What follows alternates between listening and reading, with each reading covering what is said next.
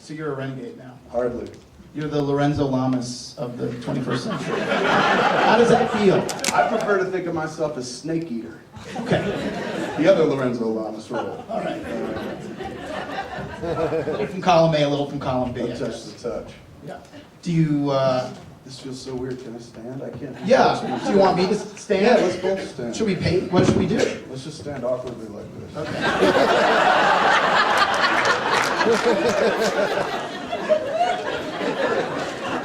Should we say something or just stand? Just conduct the fucking interview, dude. So, do you consider yourself a renegade? No, man. You asked me that. Move to the next one. Okay. I really don't. I have never considered myself a renegade at all. It's just weird when people are like, oh, you're fucking against the system. It never occurs to me as that. It just occurs to me that's the only thing I know how to do. Not very talented. That's all I can do. I point to the screen that didn't show our shit. That's all I know how to do is the stuff I've done. And if that makes me a renegade, then awesome. Well, maybe we can talk about Come on. the security blanket. I'm tactile, dude. I'm really tactile.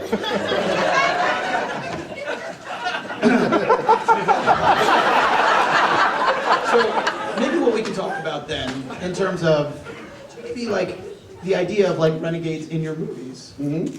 Because when I watch your movies, I see, you know, one way of looking at being a renegade is the idea of, you know, guys who, you know, they feel like they're sort of stuck inside this box of their lives and they want to make a break with that and do something else. And that's something that comes up in your movies over and over again, really. Yes. So can you talk a little bit about that, please? Absolutely. Okay. What, the aspect that movies are filled with characters that want to be something else? Yeah, and just where that comes from, that theme. I mean, that is in so It many... comes from wanting to be gay. Very bad. Very, very bad. And that's where the tactile part comes from. Absolutely, the touching of men. I'm afraid if I do it, though, the kids won't think I'm cool anymore. I'm trying to slowly weed kids into the fact that I'm a cocksucker. With all the movies. Like, one by one, we take dudes' clothes off and make a lot of, like, gay-type jokes and shit. And one day, we're going to drop the hammer. You noticed That I caught too. One day, I'm going to drop the hammer and just flat out walk out on the camera and just be like, zip. And then everyone will be like, no, exactly. Makes sense. Makes perfect sense. Every movie was about that, kind of. Yeah, that was the alternate ending to Chasing Amy. I'm sorry. You're very tactile, and I have a cold, and I'm a germaphobe, so I My want to kid give had a you... cold. My kid, don't use that excuse. My kid had a cold too, so I'm all sick. Okay. It can be close. All right, fine. In that case... You can keep it up there. You put your hand over it. Like you do it, and then you stop.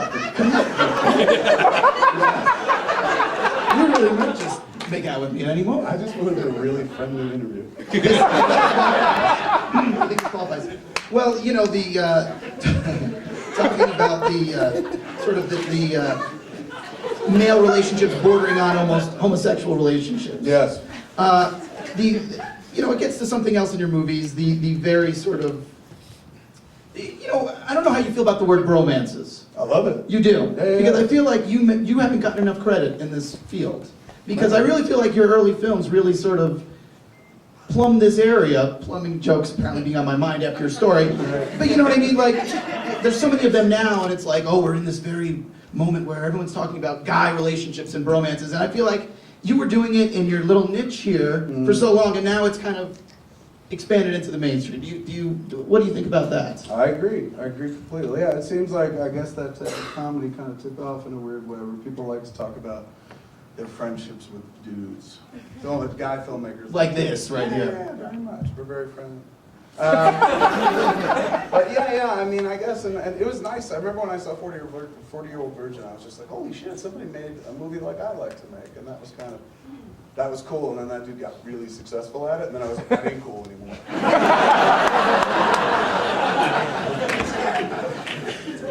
That wasn't even a joke, that was really like that. Shouldn't have laughed. Call up people and be like, why is it like that? They're like, Anyway, well, it's 2009. Yes. 10th anniversary of Dogma. Yeah. Which...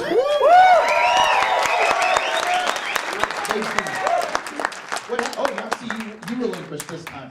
This is The chord? Yeah, Okay. no, Good. Let's go center stage. Center stage? Okay. For everybody. Okay. For the people. Yeah, yeah, yeah. So it's 10 years since Yes.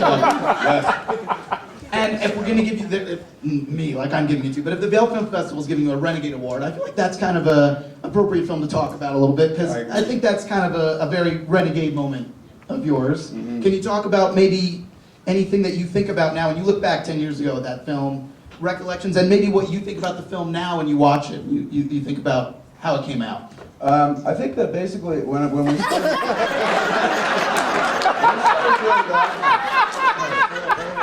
there was a big part of me that was like, oh, I'm still the kid that went to Catholic school for 8 years and used to laugh whenever the priest was like, blessed is he who comes in the name of the Lord, you know, that kind of thing. I just wanted to start writing about that, and I was having a crisis of faith at the time, and I was like, hey man, at work, Chasing Amy was all about me working out my male sexual insecurity. So I figured Dogma could be all about me working out my religious issues and shit like that, and try to do it and entertain people at the same time. I like it. I saw it fairly recently. The last 10 minutes of the film, and it's. I wish we had a little more money to do. It was rather ambitious for the budget, but you know, some of the action scenes. There's a fight in the train that looks like a fight between 3-year-olds. It's a slap fight. But I like it. It holds the test of time, I think. The audience agree?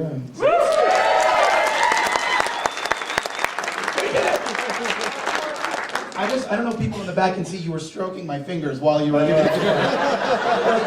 Like this with my what? Yeah. You're a good handler. You're welcome. Sure. Any thoughts on, because the topic of independent film obviously coming up on the stage a few times. Any thoughts on the current state of it and I don't know, it's a pretty broad question, obviously. Yes. I mean, every once in a while you're like, it doesn't quite exist anymore Right. like it used to. But then Yeah. you come to a place like this and you're like, oh, they're giving out awards to movies I've never heard of. That must be an independent film, you know what I'm saying? So it's still alive and well out there. It's just weird. It's different than when I got in. When I got into independent film, anybody could get in. Now, after me, they're like, shit, we let retarded kids in? Closed ranks, and it's much harder for everybody else to get in. So I'm sorry, I ruined the curve for everybody. I know we're supposed to take questions from the audience as well in a minute, so people can maybe start thinking of questions. And I'm sure you'll be more comfortable with that. You won't have to hold my hand anymore. You're okay? You don't have to if you don't want to, but I'm really curious to hear about the upcoming movie as a fan. Can I hear just a little bit about, what attracted you to the project? First film, you haven't, the idea at least hasn't come to you. I don't know if you're rewriting it at all. I'm not really. Yeah, so maybe you can talk about it. There's this flick I'm going to direct next, and it's the first flick that I didn't write. It's so not a film, it's very much a movie, but it's a good movie. And I was kind of attracted to it because it's the kind of movie that my old man would have taken me to when I was a kid. The older you get, that's what you think about more. Like when I was an angry young man, it was all about like, yeah man, I want to make these movies, my movies that stay what I want to say, because what I have to say is real fucking important. And then the older you get, you're just like, oh, I just don't want to die one day. And at that point too, it's like suddenly you start thinking about shit like... So this is your Synecdoche, New York, basically. Yeah. This is me sitting there going like, one day I'm going to die, and when I die, I don't want to sit there going, fuck, why didn't I make that Bruce Willis movie when I had the chance? Because Bruce Willis is in it. Bruce Willis and Tracy Morgan are in it. So I was just like, I'm going to fucking go make that movie. And, the odd thing is, it's for studio, it's for Warner Brothers. So I'm like, and I'm going to get paid like a son of a bitch this time. and oddly enough, I walked into Warner Brothers, and they're just like, this is a low-budget movie. You know how to do those. I was like, yeah, I do.